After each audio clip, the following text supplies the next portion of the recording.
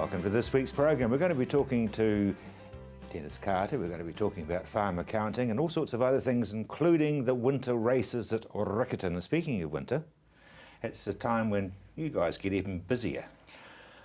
It is, Rob. I mean, as you know from our practice, we approach the body from sort of three primary perspectives. We look at the structural side of things, the chemical side of things, and the emotional side of things. And the seasons affect that, right? I mean, the structural's an obvious one. We get a whole different type of injuries. Thumbs, ski poles. Yeah, exactly. We get more rugby injuries, and people sort of slip and fall on ice, and there's those sort of things. But it's the chemical side of the person that's the interesting part in winter, because we get a problem called seasonal affective disorder.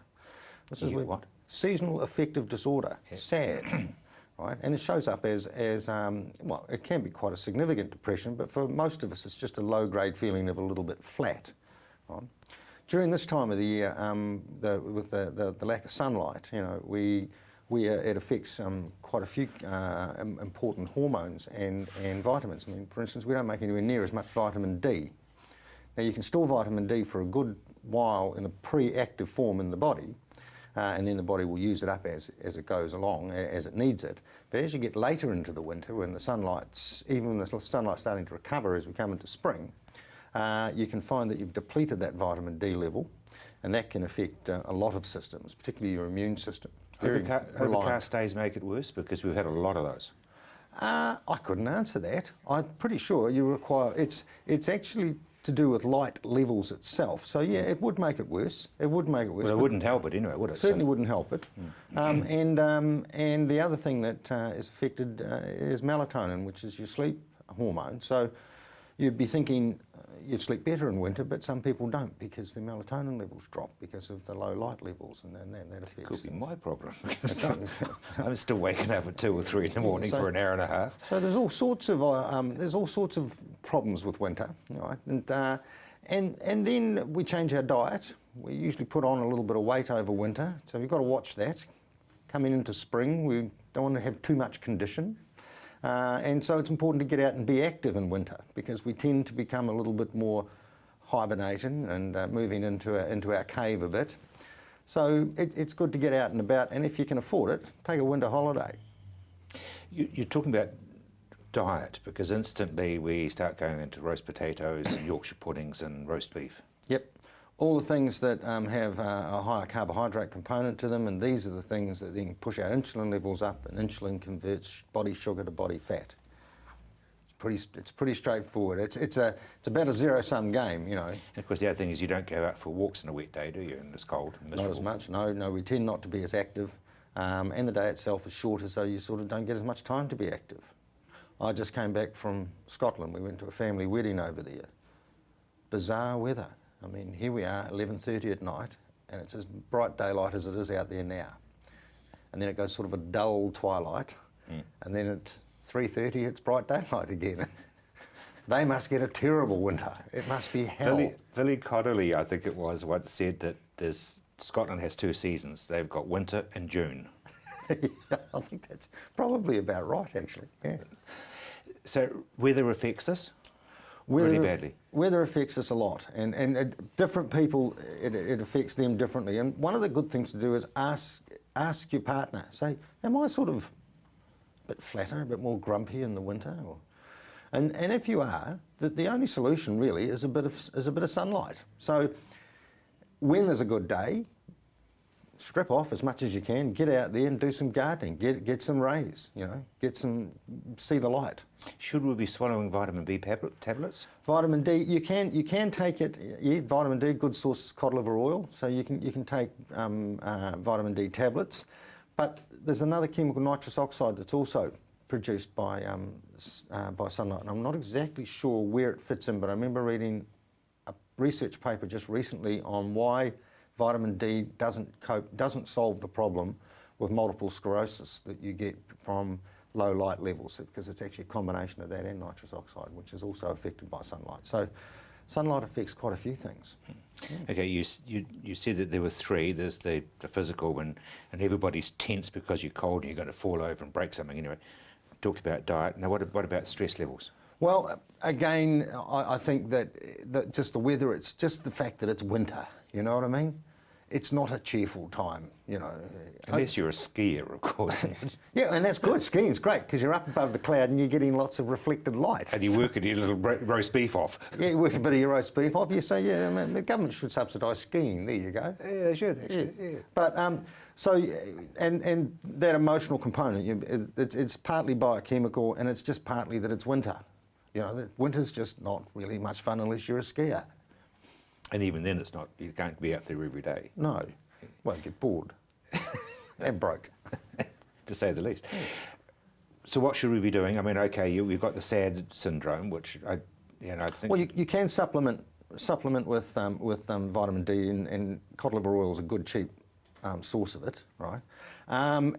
Stay active is really important. I think, you know, fitness, you know, even if it means going to the gym and getting on the rower or whatever, because you want to do something inside rather than outside. But certainly staying active helps because that's always good for your moods. And just be careful with your diet. Make sure that you're not putting too much weight on. Raising a kilo or so is pretty standard, but you don't want to raise 5. Yeah. See, one of the problems is that it's really cold, and so you don't feel like exercising, though, do you? I mean, you're going to jump in the ute rather than walk across to open the gate and let the sheep through. Exactly. Yeah. But part of that then, though, is a mindset thing, and go, it's not really cold, it's just not as warm as normal, and I'm going to do it anyway, and rug up.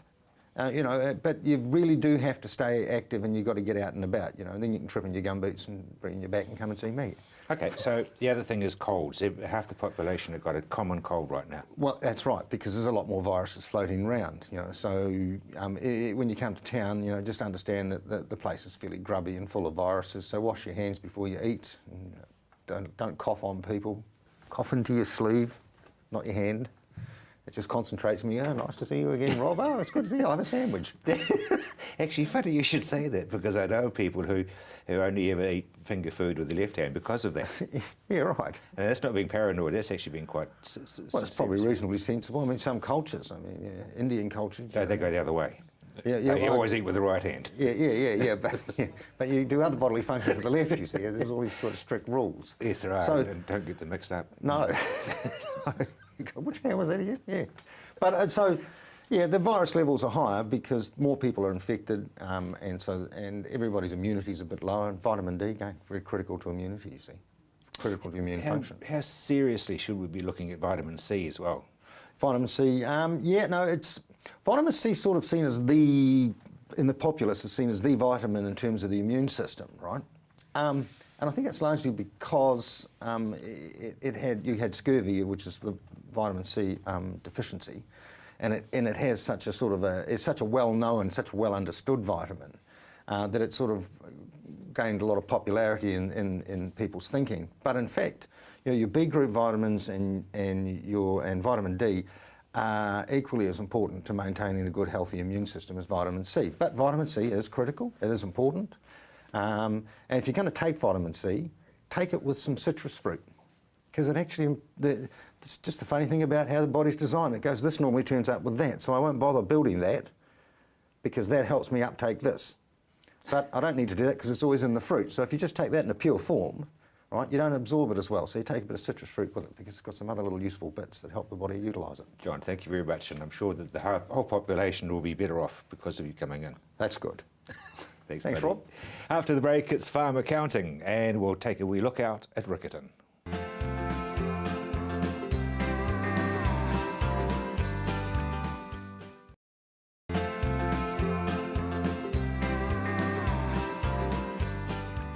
Welcome back to Rob's Country. We'll carry the conversation whether you're in town or in the country is dairy prices.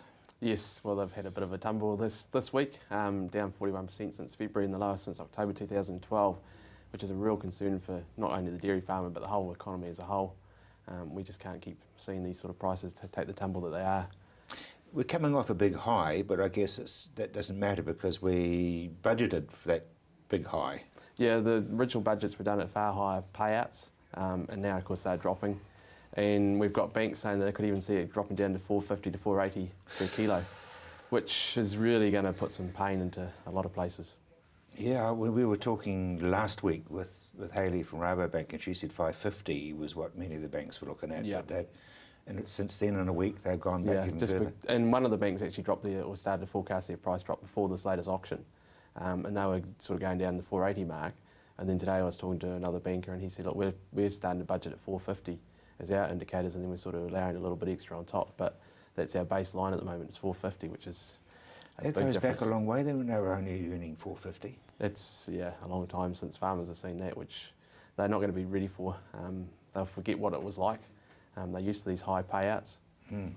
So, And this is one of the things, isn't it, is that we've also forgotten what it was like to have $1 at 50 cents. If you know what I mean. Exactly. Yeah. Our dollar's way up there, even with the drop in the dairy prices. The dollar took a little bit of a tumble, but it's recovered a bit.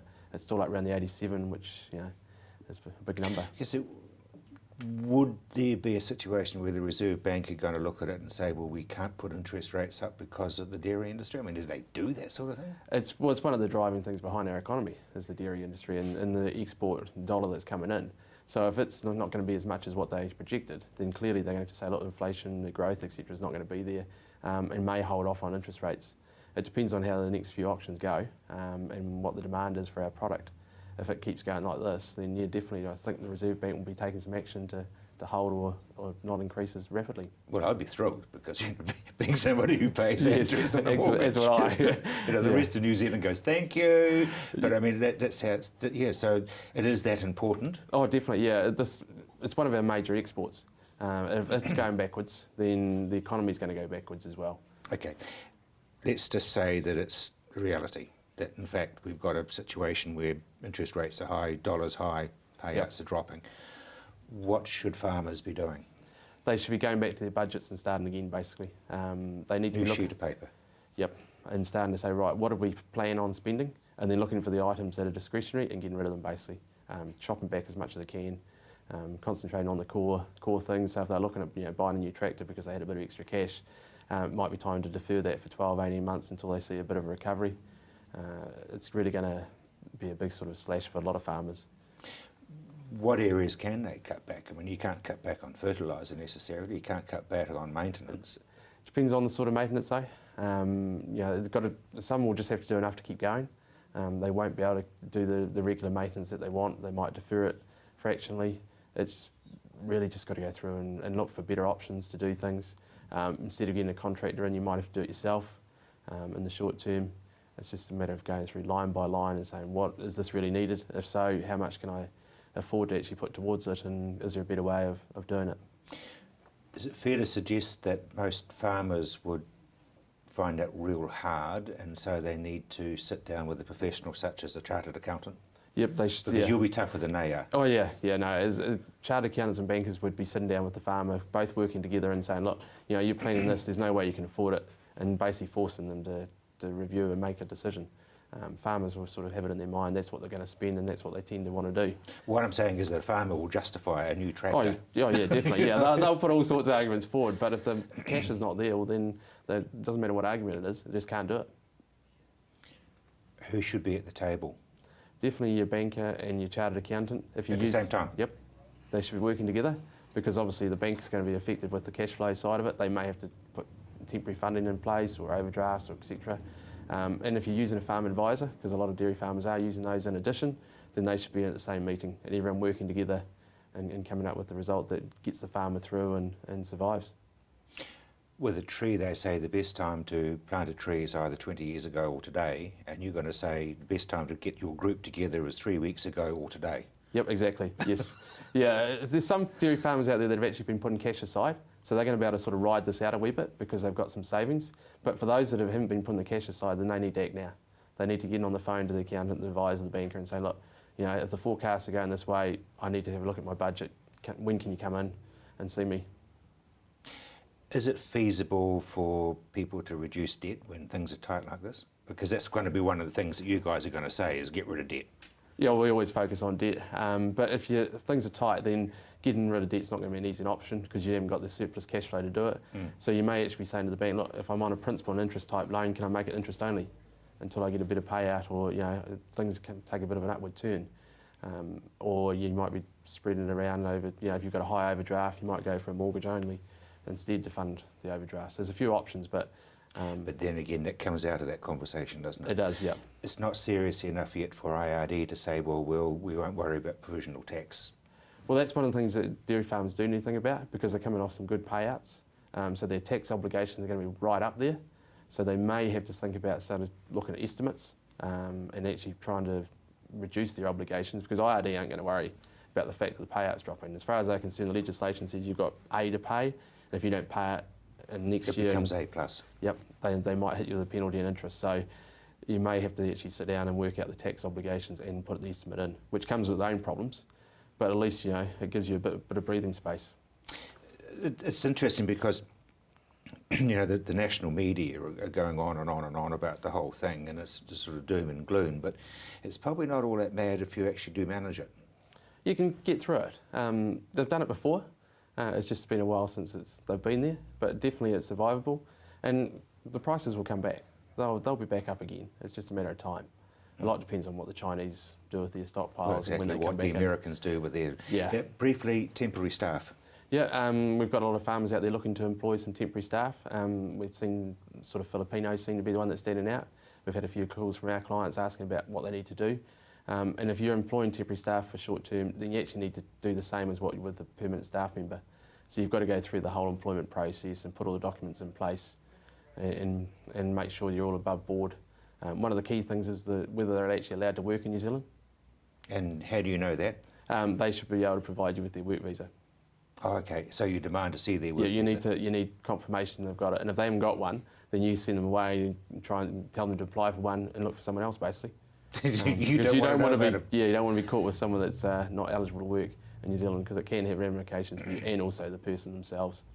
So you go through the whole thing with a contract and... Yeah, you've got to present them the contract, make it clear to them all the terms and conditions, give them a chance to go away and have a chat to someone else, and then when they come back, both sign a copy and take them through the health and safety procedures, your work obligations, what you expect of them on the property, and those sort of things. Boys, it got complicated. It has indeed, yeah.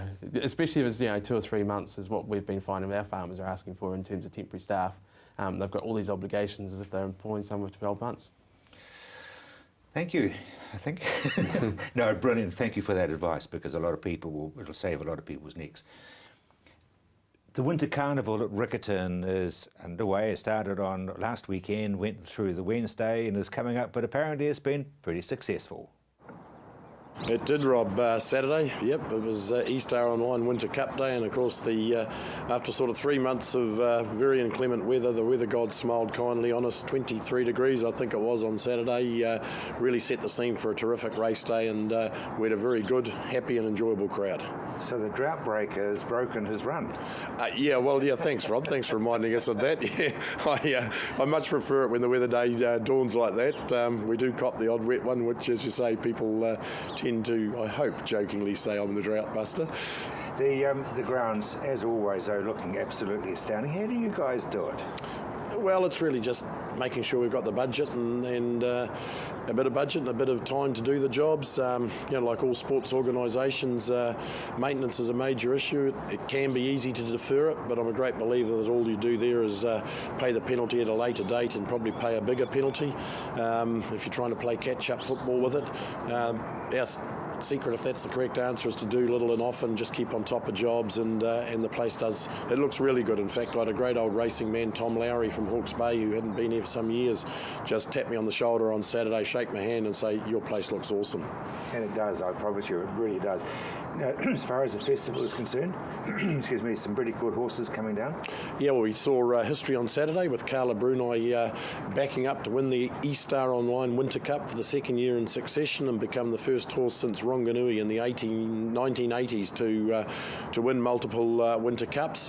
We're looking forward to the Hospitality New Zealand Canterbury Grand National Hurdles on Wednesday, and we've got a good field. That small but select field. Prestiosia, who won on Saturday, is the likely favourite and will be the hardest to beat.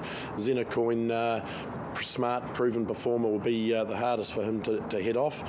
Steeplechasers, they're a special breed of horse and rider, aren't they? Oh, they are, and there's always a story, there's always something magical that comes out of this carnival, and more often than not it surrounds the steeplechase. I was recalling with Tommy Haslett last night about the day that it was so wet, cold and miserable that one or two of the flat jockeys were wondering whether they should in fact be riding, and Tommy stood up on a box in the jockey's room and said, well, I'm prepared to ride 5,600 metres and 21 steeplechase fences, so you little beggars can ride in the 1,400 metre races. And I think they looked at each other and thought, well, if Tommy's mad enough to do that, then we can't pull the pin. So, there's some great stories that come out of our National Week, and I'm sure this year will be no exception. The other thing about the steeples, or about over the jumps, is that the jumps are real. I mean, you look at some of the overseas places where they look terribly plastic and all sort of PC. Very much so, and I think it's almost reverse PC, and particularly if we're referring to Australia, where some of the great jumping trainers like John Wheeler in particular will maintain that the best and safest steeplechase racing is when you are jumping the type of fence we have in New Zealand, which are predominantly live hedges or Manuka temporary fences. We have 3 of those in the home straight, but the back straight one starting from Cutsbrush at about the 2,000 metre mark to Jumbo at about the 800. There's 1, 2, 3, 4, 5, 6, 7 jumps there that are live hedges, and they make for some spectacular jumping. And the horses seem to thoroughly enjoy it in a funny sort of a way. Well, they do. I mean, at the end of the day, what people overlook the fact is that horses are a flight animal. You know, in the wild, that's how they evolve. That's how they escape the predator. And galloping flat out and leaping things is part of that natural mechanism. And you'll often see a horse, if the rider does part company, it'll happily compete round with the field, jumping the fences. So no, it's a natural part of their evolution. So why would racing over jumps be any different? And in fact, it gets a special crowd, doesn't it? Oh, it does, and it's very much the rural community still have a very close affection for Grand National Steeplechase Day, and I'm sure we'll see a big crowd turn out on Saturday. And let's hope that they did. The interesting thing, of course, is that it is a winter carnival, and it really sets everything up as we point towards November, which isn't very far away. Nor is Dennis Carter. He's straight after the break.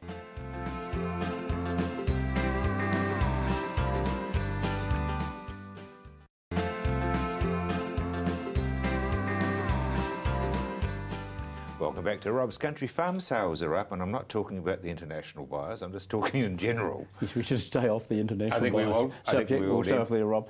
Yes, certainly domestic sales are up by 13%, and the price ranges are from basically $30,000 per hectare up to $50,000, and one or two have gone above that and one or two below, but that's the general range. And of course, a property that's just been purchased for $50,000 at a cheap mortgage rate of 6% now is $3,000 per hectare. And basically us poor cropping farmers struggle to average a gross income of $3,000 per hectare. So there's no way that people can start from scratch and buy and pay that sort of money to go cropping and try to make a living out of it. That would just be Makes it tough, doesn't it? a ridiculous joke, actually. So really, the buyers of these properties are using other freehold land and averaging the cost back over their freehold land. And definitely, that interest rate of 6% is relatively low in the big scheme of things. So, they're the realities. Imagine if that doubled, that interest rate. So it just makes it impossible to farm. David Cunliffe said we shouldn't put all our cows in the same basket. No, not at I'm all. not quite sure what he meant by that, but anyway, I had to bring it into the conversation. You did indeed. No, seriously, it does make it very hard, especially for people who don't want to go dairying or do a conversion, isn't it?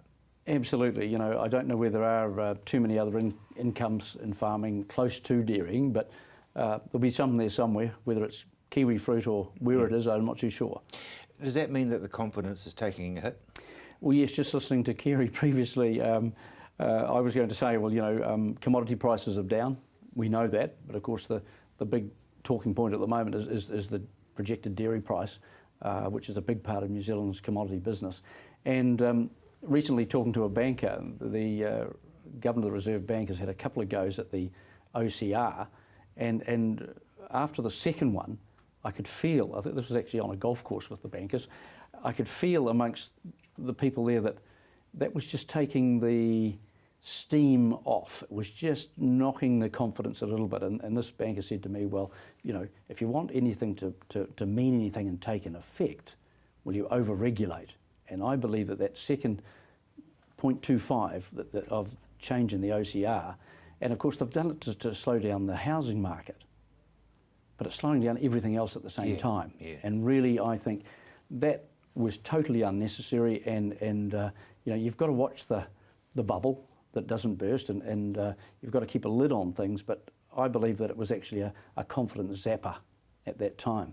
Yeah, well, let's hope we can get it back again. Busy time for cropping farmers such as yourself? Yes, indeed, Rob. A few winds about, northwest, southwest, northeast, and as long as they're not delivering snow or rain or hail, things are starting to dry out, and blossoms are happening everywhere. And so you sort of step outside, and if it's northwest, you get the feeling, well, I'm going to really do some things today, and I'm probably going to have a look at some cultivation possibilities.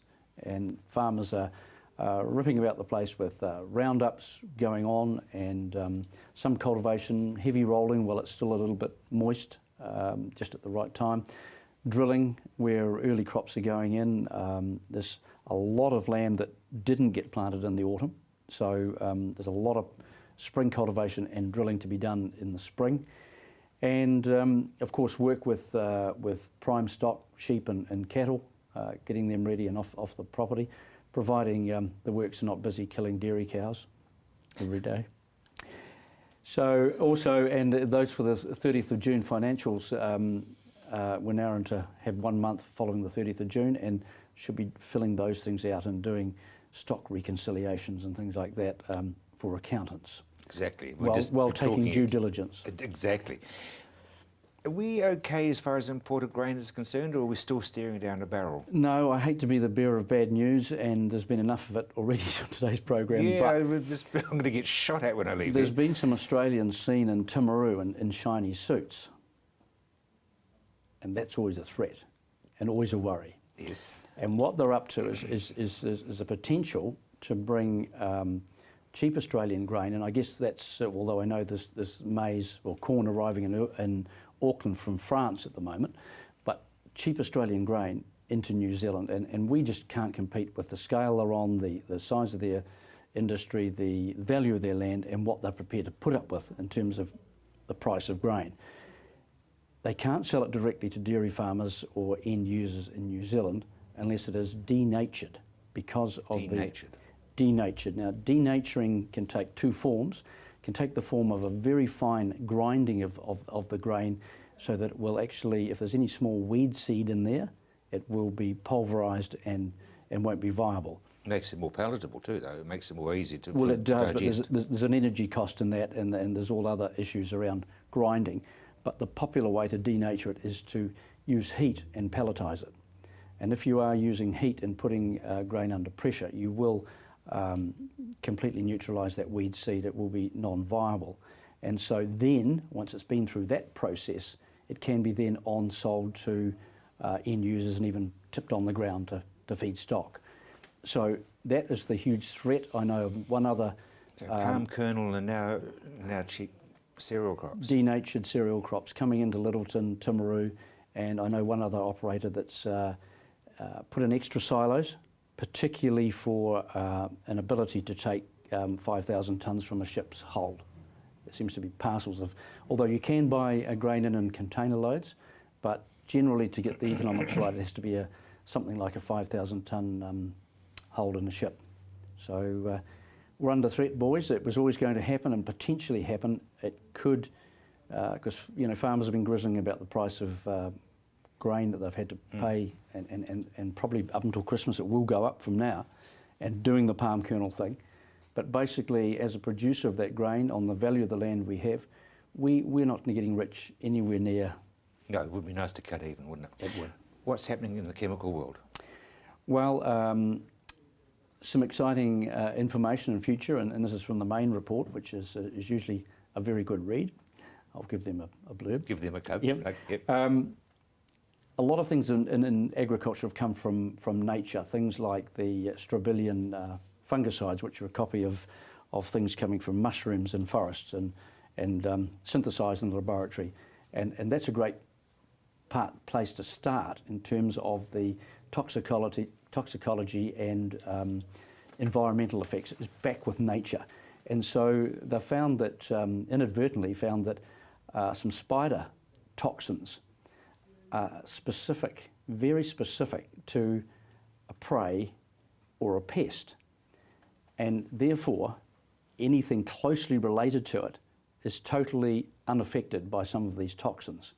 So we may be able to, for instance, produce one that only is effective on locusts and nothing else. Gee, that's pretty advanced. It's pretty advanced and it happened as almost a mistake, the discovery, but you know, these are some exciting things that will go into the future that will make our chemicals safer and environmentally more acceptable. Brilliant. Thank you very much indeed.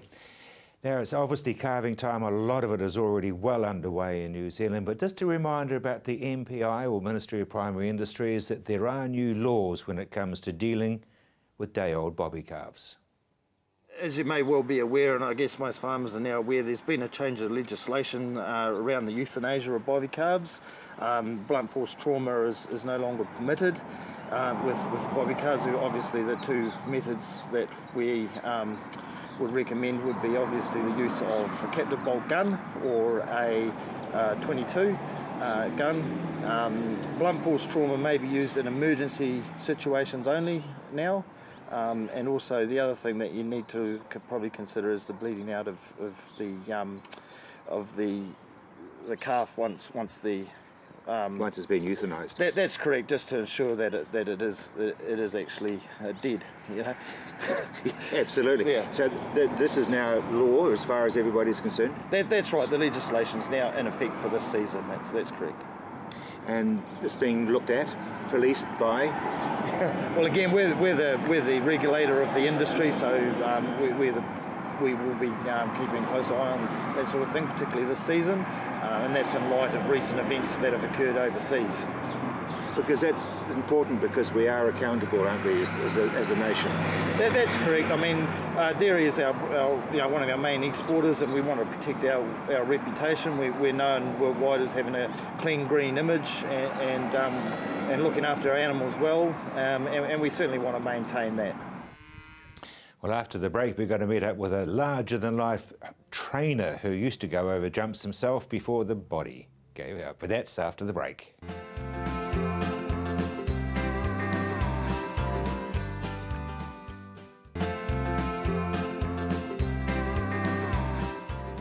Well, as you already know, the Winter Festival has hit Riccarton Racecourse, and I caught up with one of the trainers, and he agrees that it is a pretty big week.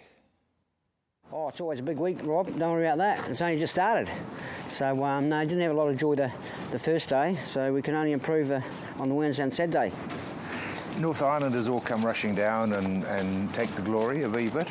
Oh, yeah, well, it's great money, it's a great atmosphere, great carnival week and that, so, hey, good luck to them. Good luck to them. Preparation, middle of winter, we've had more rain than you could float an ark in. Yeah, well, actually, it's probably tide's turned just in time for the club, because if we'd raced the following last week, it would have been a debacle there. But yeah, it's come right at the right time. But you're right, we've had a lot of rain down here, more than I can ever imagine. But hey, it's winter, so we've all got to go through it. Does that make it tough for you preparing horses, though? Oh, not so much tough. It just depends on what tracks are available, because the rain and that around, you know, a lot of times you can't use the grass to gallop on because the tracks, you know, are a bit wet and that. But the caretaker here's done a great job, Chappie, and that, and kept the tracks up to scratch, so we'd be able to keep the horses nice and fit and that. So we'd be lucky in that regard. I noticed that there was cutting up a wee bit on the first day of the festival, the Saturday, and the boys are out there putting the divots back in again. Yeah, which, even though we had that dry and weather the last couple of 3 days, there's that much water underneath the rain we've had in that, so they're doing their best to patch it up, but you say we're in the lap of the gods with the weather, so you can't do much about it. Talk about it's not flat racing, it's over jumps. That's special preparation? Well, it takes a lot more work and effort to get a jumper ready, to get them fit and educated, as opposed to a flat horse sort of thing. You can't fluke getting a jumper ready. You've got to, you know, do the hard yards and the education for them. But it's satisfying when you get a result because of the work you put into them. Show jumping, I know. Danny, that you've actually got to pace the horse and get it set up for its launch. How the hell do you do that at full gallop? Well, it's a bit of an art to it, I suppose, sort of thing. Like the good jockeys and that can pick a stride, 3 or 4 strides out, sort of thing, and catch a fence right. So it definitely, it's very expertise sort of thing, field horse jumping racing. And so, as far as the jockeys are concerned, they'll be doing as much preparation as the horses, I guess, to a degree. Oh, well, they've got to be rock hard fit too, and do the form, everything like that. So yeah, a lot goes into it. And when you come off your bounce? Well, I used to when I was a bit younger, but when you get a bit older, you sort of go splat. But yeah, it's definitely a young fella's game sort of thing. If you say you've got to be real rock hard fit and pretty agile. So you do cop a fall, you can bounce back to your feet. I mean, obviously they do fall, and they look as though they do hurt themselves. Oh, it's part of racing, and they fall on the flat too. But more so with a jumper, you fall off them. You're coming from about 8 foot, 9 foot in the air, sort of thing. But you don't get hurt as bad on the flat because they're not racing as tight as doing flat race. So very seldom the horse goes over top you, and that's actually when you do get hurt. It's something behind you run you over, not the actual initial contact with the ground. And as far as your next season, I mean, obviously the Winter Festival is a big note. Do we now just buckle back and work towards November? Oh, there's a bit of a lull for about 2 weeks after this. But then you got your spring horses coming in, your winter horses are going out, obviously. So you're getting your summer horses ready for the spring carnival and summer racing.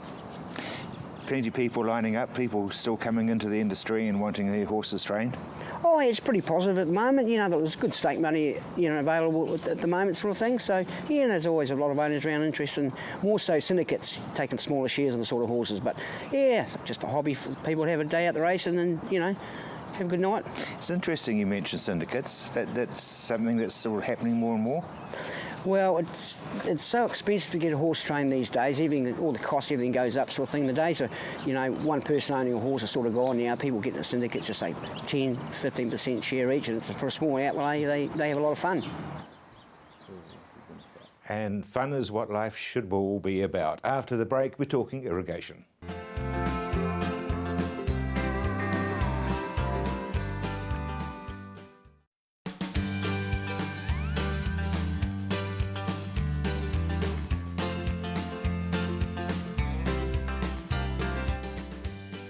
Back to Rob's country. Didn't think I'd be saying to you it's getting dry, but it is. Yeah, it is. I mean, in fact, just before I came in here, I jumped online and had a look at a couple of our soil moisture sites that we run on some dairy farms up around Kerwee and Courtney Road, that area. And since the last third week of July, when we last had a rainfall that topped the soil profile up again in that area, we've developed about a 12 millimetre deficit. I know it's taken sort of 11, 14 days to get 12 millimetres, but that means we're cranking along and getting pretty close to a millimetre a day. So we're insidiously, without any rainfall coming along, getting close to the point that you have to think, man, I could be at stress point in another 2 weeks. A couple of storms may come through, but they may not drop that much. Yeah, I mean, to top up the soil profile right now at these particular properties I'm talking about, we need a 12 or 15 millimetre rainfall. Now, everything that's come through in the last couple of days has been 2 here and 5 there. Well, they're probably intercepted in the grass and evaporated again or blown off by the wind the next day. So it's not silly to think about irrigation, because if you think of the weather we've had, it's almost been like equinoxial weather. It's sort of been like what we would expect around the equinox. We've had very strong northwesterlies. It's been very warm. The wind's been an advective wind. It's come over those mountains and it's warmed up as it's come across the plains. They're the sorts of winds we expect in the spring, getting into that first week of September, maybe the last week of August, but certainly not the last week of July and the first week of August. So I think we need, I think I've been probably harping on a little bit about El Nino coming and how the climate guys are really sure that we're heading into an El Nino. Well, this might be one of those signs that we could be getting it. and that we're not far away from thinking about irrigating. And yet you look at somewhere along Lineside Road going out to Rangiora and it's still surface water. So That's right, but you see the issue there is that we have groundwater flooding there because it's been so wet up country that the groundwater is actually expressing itself back at the surface. So while those areas are very wet, yep. So inland. Yeah, it's drained and it wants to get back to the surface at that point. So in the bottom parts of the plains, if you go into the Green Park area, you'll see the same thing. We've got lots of surface water in those areas, and that's the fact that we've got very, very high groundwater levels as well. So in a sense, we've got a whole lot of good things, I guess, from a farming perspective happening. I'd like to give some good news on the program. I mean, we might have to irrigate soon. If we do have to irrigate soon, then we've got lots of groundwater right now to do it with. Yeah. So we shouldn't be afraid of worrying about a lack of water this year in terms of groundwater resources. So if we have to get going, we can get going. If we can. What about soil temperatures?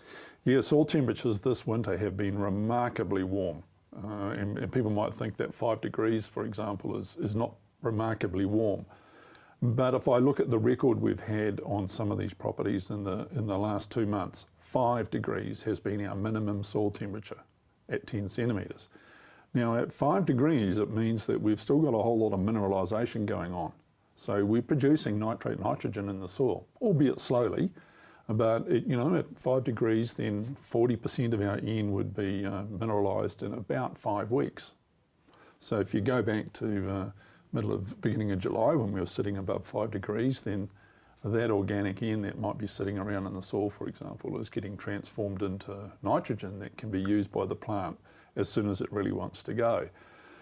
Excuse me. So what's going to happen is that if the fact that this has been able to build up over the winter, then suddenly when day length gets right and soil temperature gets a little bit higher so that we can kick things off and getting closer to that 10 degree mark, then everything is going to happen in a hurry because we've got lots of available nitrogen around to get that boost in spring growth. Moistures are pretty good, although we might have to irrigate by then. Soil temperatures will get up, and with the covers that exist on some of the properties. If you look at some of the covers on some of the pasture sites, they're excellent at the moment.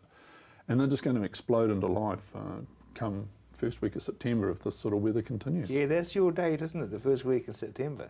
Yep. I'm thinking if this weather continues without a substantial rainfall, here I'm talking, like a 25 or 30 millimetre rainfall, then I think on the light soils, the free draining soils, pushing up country, not right up to the mountains, but in that mid-plains area, we need to be thinking in pastoral sites about being pretty close to pushing the switch in the third or last week of August.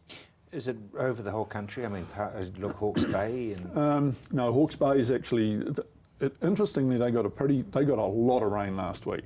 They got a really grotty system that sort of sat off the East Cape and swung southeasterlies into them. They've had a lot of rain. If you go to the western side of the North Island, the Manawatu, Wairarapa actually, and that area where there is some irrigation that takes place as well, they got a really big rainfall earlier this week as well. So they're really wet. Because we're in that southwesterly cycle, we tend to miss out on significant rainfalls now. As far as Canterbury's concerned. As far as Canterbury's concerned. So from that North Otago area north, all the way up through Kaikoura into the Blenheim area, we tend to miss out on those rainfalls. So Southland, Otago, Central Otago. Southland's pretty wet still. I mean, they've been getting a real pounding from the west there. So they've had some pretty grotty weather, and of course it's Canterbury's on its own. Yeah, we are on our own at the moment. I mean, come north of the Waitaki River and get onto those lighter soils, lighter free draining soils, and people know what I'm talking about, the Lismores, the Ayres, those sort of soils. Mid-plains, away from the coast. Things are looking pretty good for an early irrigation season. Anybody who hasn't done maintenance, they've got rocks in their head? Yeah, they should have rocks in their head. I mean, the warnings have been out there for a long time, not just from me, from the climate scientists about, if you only have to listen to the TV news or the radio news or Jamie Mackay's program at lunchtime or whatever it is, and they've been talking El Nino for a long time. They've been going at us since February. And if you have still got your irrigator and the hose parked where it last finished last year, and you haven't had that pivot maintained or that linear maintained, then and you're on those sorts of soils, then your time has either run out or running out very rapidly. Yeah, I mean, you've only got yourself to blame. Absolutely. Should people, Tony, be looking very seriously at what crops they're going to put in case they need to sacrifice later? Yeah, it's interesting listening to Dennis that there's an awful amount of spring crop going in. Spring crop has much higher water demands than an autumn sown crop. Autumn sown crops have developed a really deep root system by now. They will have roots down to 1/2 metre or more. And they'll be tapping into a much bigger soil moisture reserve, and we'll get through with a minimum of irrigation on those crops. You plant a spring crop, wheats, barleys, those types of crops. Park and Irrigated was what I learnt very early on in the piece.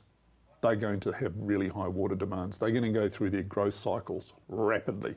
So they're going to come out of the ground and they want to get to harvest in a fraction of the time that those autumn sown crops have taken to get there. And so they're going to develop a lot of leaf area very quickly, and they're going to put a lot of pressure on irrigation this year. So bottom line is, do you start picking, invariably you'll say we should be dropping crops off now, sacrificing? Yeah, I would be thinking about, it's a terrible thing to say, but I think back into the 80s and early 90s when there was always that sacrifice crop in the system where you didn't have enough capacity. I think this could be a year where you need to think about, what am I not going to irrigate when the pressure comes on in October and November? That's what I was driving at. Tony, thank you very much indeed. And yeah, I guess it's pretty loud and clear, isn't it? The El Nino is on its way. But anyway, Tony's phone number and others that you want to jot down on your screen now.